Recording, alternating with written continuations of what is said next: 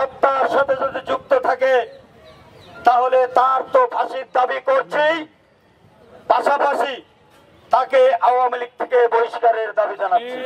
ঝিনাইদহ ৪ আসনের সংসদ সদস্য আনোয়ারুল আজিম আনার হত্যার সাথে জেলা আওয়ামী লীগের সাধারণ সম্পাদক সাইদুল করিম মিন্টু জড়িত থাকলে তাকে ফাঁসির দাবি ও আওয়ামী লীগ থেকে বহিষ্কার করার দাবি জানিয়েছেন কালীগঞ্জ পৌরসভার মেয়র আশরাফুল আলম।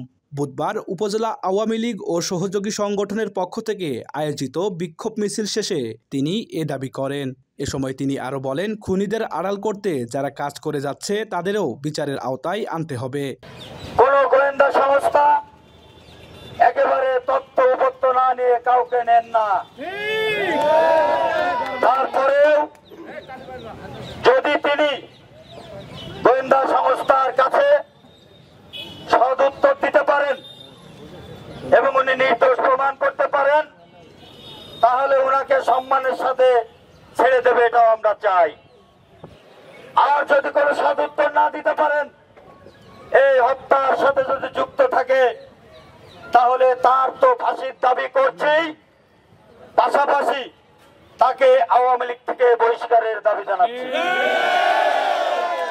প্রিয় উপস্থিতি, আজকে সকালে আমরা লক্ষ্য করেছি ঝিনাইদহতে তার পক্ষে একটি মানববন্ধন হয়েছে। পুরা কপাল আমাদের কপাল খারাপ। আজকে দীর্ঘ একটি মাস হতে গিয়েছে আওয়ামী লীগের এমপি আনোয়ারুল আজিম আনার নৃশংসভাবে হত্যা হয়েছে। এই যারা আজকে মানববন্ধন করেছেন এরা এখনো পর্যন্ত একটা বিবৃতিও দেয়নি হত্যার বিপরীতে। আজকে তারা খুনিদের আড়াল করার লক্ষ্যে মানববন্ধন দিয়েছেন।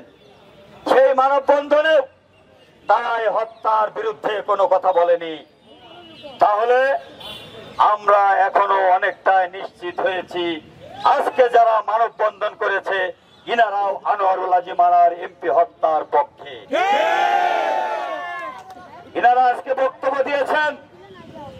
এক কৃষক লীগ নেতা যে কালীগঞ্জ থেকে আমাকে এবং শিবলীকে গ্রেফতার করার দাবি জানিয়েছেন, তাদের কাছে আমার প্রশ্ন, আমরা দুইজন গ্রেফতার হলে তো আপনাদের ভালো হয়, কারণ আনার হত্যার আন্দোলনে আমরা নেতৃত্ব দিচ্ছি। এই আন্দোলন বন্ধ করার জন্য আপনাদের এই দাবি, এটা একটা হাস্যকর। আমার মনে হয় আপনারা মেয়াদ উত্তীর্ণ গাঁজা খেয়ে আবল তাবল বক্তব্য দিচ্ছেন। যারা এই ধরনের বক্তব্য দিচ্ছেন কুরুচিপূর্ণ, তাদেরকেও জিজ্ঞাসাবাদ করার জন্য গোয়েন্দা সংস্থাকে আমি আহ্বান জানাচ্ছি। কারণ যদি এরা জড়িয়ে থাকে তাহলে উচ্চর যেখানে যেখানে আছে সকলে এই বিষয়টি আগের থেকে অবগত ছিলেন। তা না হলে ওনাদের তো গোয়েন্দা সংস্থার উপরে আস্থা নাই। যদি আস্থা থাকতো তাহলে 24 ঘন্টার আলটিমেটাম দিতেন না আপনাদের নেতাকে ছাড়ানোর জন্য। কেন 24 ঘন্টার আলটিমেটাম দিয়েছেন? আমরা তো কোনো আলটিমেটাম দেয়নি। আমাদের ধারাবাহিক কর্মসূচি অব্যাহত থাকবে খুনিদের একেবারে রায় কার্যকর না হওয়া পর্যন্ত। এর আগে বিশাল একটি বিক্ষোভ মিছিল সংসদ সদস্যের বাড়ির সামনে থেকে শুরু হয়ে গুরুত্বপূর্ণ সড়ক ঘুরে একই স্থানে এসে আবার শেষ হয়। এ সময় উপজেলা আওয়ামী লীগ ও অঙ্গ সহযোগী সংগঠনের নেতৃবৃন্দ উপস্থিত ছিলেন।